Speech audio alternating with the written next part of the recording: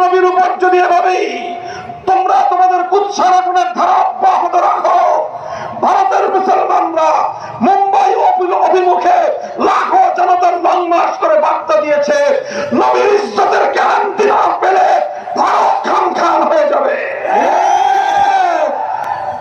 বাংলাদেশের সরকারকে বলবো, ওদিকে তারা রাষ্ট্রীয়ভাবে সরকারি উদ্যোগে আমার নবীর ইজ্জতের উপর আঘাত হানবে, আর আপনারা ইলিশ মাছের রপ্তানি করবেন।